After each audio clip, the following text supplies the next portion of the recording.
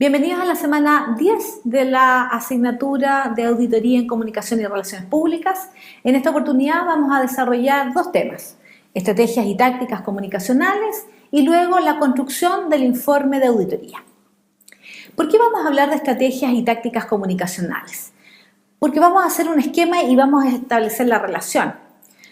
Hemos trabajado y hemos hablado de lo que es auditoría organizacional y fundamentalmente auditoría comunicacional, ¿cierto? Esa auditoría va a ir finalizando a través de un diagnóstico que nos va a arrojar efectivamente las fortalezas y debilidades de nuestro sistema comunicacional. Y en esta etapa es cuando, a través del ejercicio, el proceso de evaluación de la auditoría y el análisis que ha realizado el diagnóstico, se debe establecer ciertas soluciones, ciertas propuestas al equipo que ha solicitado esta auditoría. ¿Y cuáles son esas propuestas? Esas propuestas se deben establecer a través de un plan que contenga las estrategias y tácticas comunicacionales. ¿Qué son entonces las estrategias? Las estrategias son un conjunto de decisiones, ¿cierto?, que están enmarcadas dentro de los objetivos comunicacionales y los objetivos que se ha establecido, digamos, previamente. ¿Cuál es la diferencia que tiene con la táctica? Que la táctica, en definitiva, son acciones concretas que dependen de la estrategia para lograr, digamos, la primera. Son acciones, varias acciones que se dan, varias tácticas para poder alcanzar la estrategia y en su conjunto o lograr los objetivos que se han dispuesto. Otro ejemplo para que lo tengamos claro. La estrategia es un conjunto de acciones planificadas, ¿cierto?, sistemáticamente en el tiempo, ¿ya?, y que se llevan a cabo para lograr un fin, lo que hemos dicho, ciertos objetivos que están predefinidos. Que lo que es la táctica es la acción, el detalle. Una estrategia, y es importante saber que no se puede lograr sin la táctica, están absolutamente relacionadas. Esta estrategia entonces se puede llevar a cabo y alcanzar a través de varias tácticas. Tampoco se logra a través de una sola, porque como hemos dicho, la táctica son acciones concretas, son la parte operativa de toda esta estrategia. Por lo tanto, es imposible que yo la pueda lograr con una sola. Yo necesito realizar varias tácticas para que se logre esta estrategia. Diferencia entre la estrategia y la táctica. La estrategia, para decirlo en forma concreta, es el qué. ¿Qué voy a hacer? ¿Qué voy a proponer?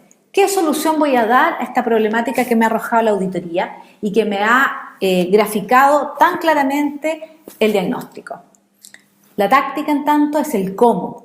¿Cómo voy a llevar a cabo estas acciones que me está dando el qué? ¿Cómo voy a implementar? ¿Cómo voy a hacer operativo la estrategia? Por otro lado, las estrategias son acciones planeadas con efecto en el mediano y largo plazo.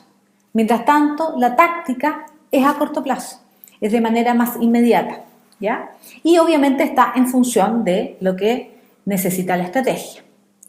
Por último, para cada estrategia, y como habíamos mencionado, se necesitan más de una táctica, ¿cierto? En cambio, la táctica, por otro lado, puede tener también varias actividades. Algunos ejemplos de estrategia y táctica en la práctica. Por ejemplo, una estrategia de cohesión de un grupo o de un colectivo. ¿Cuáles podrían ser sus tácticas? Sus tácticas tienen que ver con información, con monitorear cómo se están dando estos grupos para efectivamente lograr la cohesión que plantea la estrategia.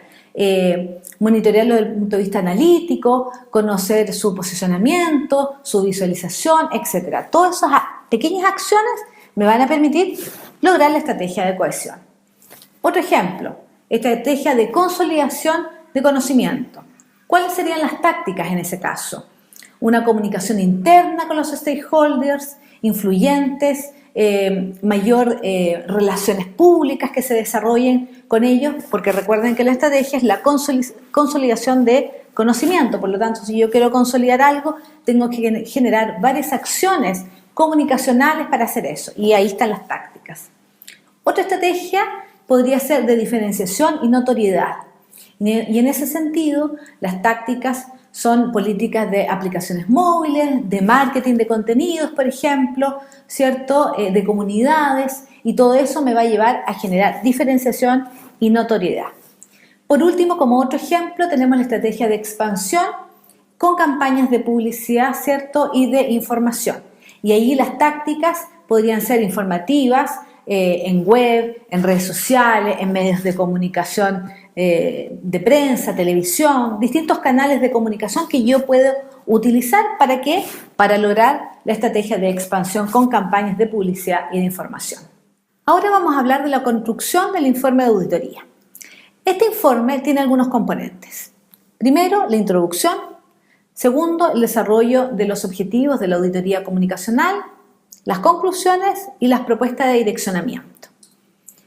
La introducción. ¿Qué elementos debe tener la introducción?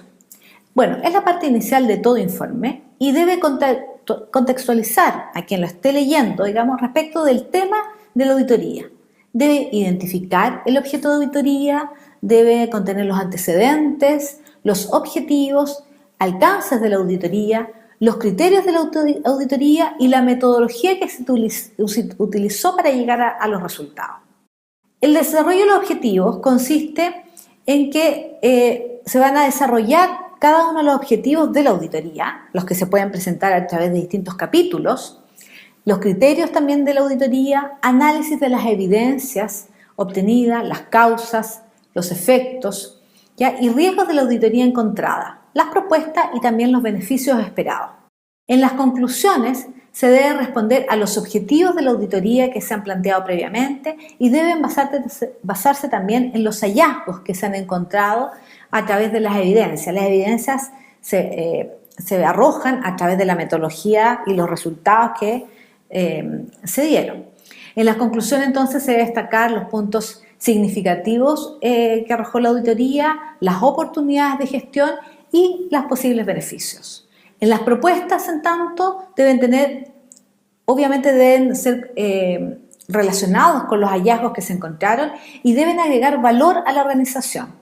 ¿Ya? Es el beneficio de la auditoría está en el acatamiento, digamos, que se tiene de estas recomendaciones al equipo que lo ha solicitado. La idea, y por algo se establecen ciertas propuestas y sugerencias de solución para que después las puedan llevar a cabo y las puedan aplicar. Si bien no está detallado acá, el informe de auditoría debe originarse entonces en un plan de acción que la organización debe aplicar, ¿ya? Este auditor debe brindar entonces todo el apoyo y hacer el seguimiento del cumplimiento de las acciones que se han recomendado. Esta etapa de seguimiento y apoyo, si bien no está mencionada como lo decíamos hace un rato, debe quedar bastante documentada y bien especificado para poder hacer luego los reportes del grado de implementación logrado por la organización. Bueno, con esto hemos terminado la clase de hoy. Revisen las lecturas de la semana. Hay 2 artículos que tienen que ver con estrategias, tácticas, comunicación, para que lo lean, lo estudien, lo analicen, lo podemos conversar posteriormente y, como siempre, estaré atenta ante cualquier duda que ustedes tengan.